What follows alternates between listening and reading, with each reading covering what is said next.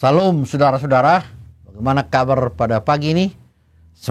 Kita semangat dan bersyukur kepada Tuhan, kita dibangunkan pada pagi ini. Namun saudara-saudara, sebelum kita melakukan aktivitas kita pada hari ini, yaitu Jumat 13 Oktober 2023, kita akan mendengarkan firman Tuhan. Untuk itu mari kita berdoa. Damai sejahtera Allah yang melampaui segala akal, itulah yang mengawali hati dan pikiran saudara di dalam nama Yesus Kristus Tuhan kita. Amin. Saudara-saudara, yang menjadi firman Tuhan bagi kita ialah yang diambil dari Kisah Para Rasul pasal 2 ayat 25. Sebab Daud berkata tentang dia, "Aku senantiasa memandang kepada Tuhan, karena ia berdiri di sebelah kananku. Aku tidak goyah." Saudara-saudara yang kekasih, awalnya orang Kristen yang mengikuti Yesus hanya 12 orang. Namun sekarang tidak bisa lagi dihitung karena banyaknya. Kenapa? Ada apa rupanya? Saudara-saudara, peristiwa turunnya Roh Kudus yang disaksikan dalam Kisah Rasul pasal 2 ini, Petrus berkhotbah. Dia adalah seorang yang sudah diperlengkapi dengan kekuasaan dari tempat tinggi, sudah menerima karunia Roh Kudus, yaitu Sang Penghibur yang akan memimpin murid-muridnya ke dalam seluruh kebenaran, seperti yang telah dijanjikan oleh Yesus sebelumnya.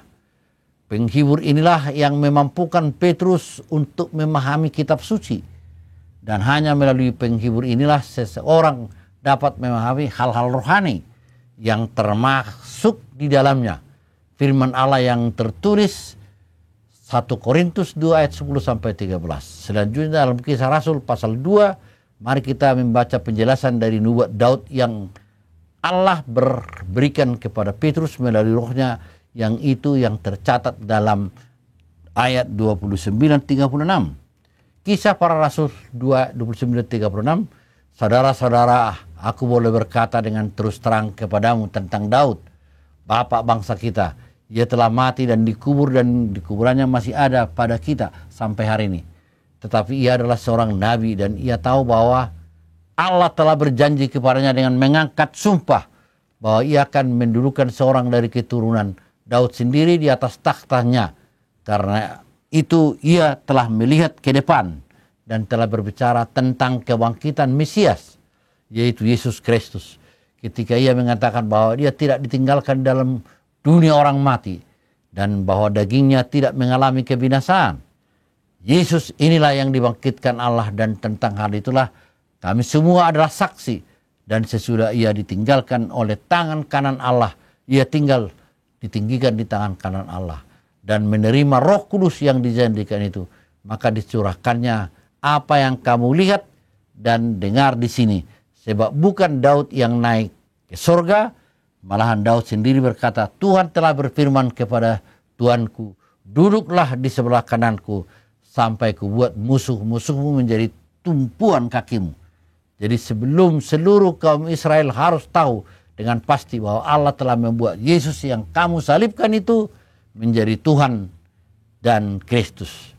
Yesus Kristus dibangkitkan dari antara orang mati, dia yang sekarang hidup, yang menerima Roh Kudus yang dijanjikan itu dari Bapa, yang secara harafiah dia dicurahkan.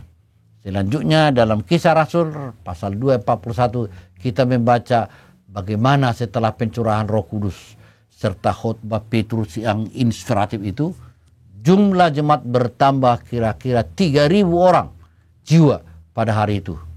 Sampai sekarang Roh Kudus menyertai dan menguatkan kita untuk menyebarkan Injil di seluruh dunia ini. Amin. Mari kita berdoa. Terima kasih Tuhan, dengan kuasa Roh Kudus yang menguatkan para murid-murid untuk menyaksikan bagaimana arti nubuat yang dibuat oleh Tuhan kepada Daud yang sudah nampak dalam diri Yesus Kristus.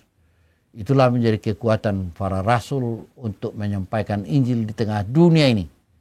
Sekalipun banyak tantangan, rintangan, hambatan, tetapi kuat kuasa Roh Kudus yang tadinya mereka patah hati sekarang bulat hati dengan kekuatan yang luar biasa oleh karena kekuatan Roh Kudus menyebarkan Injil di seluruh dunia ini.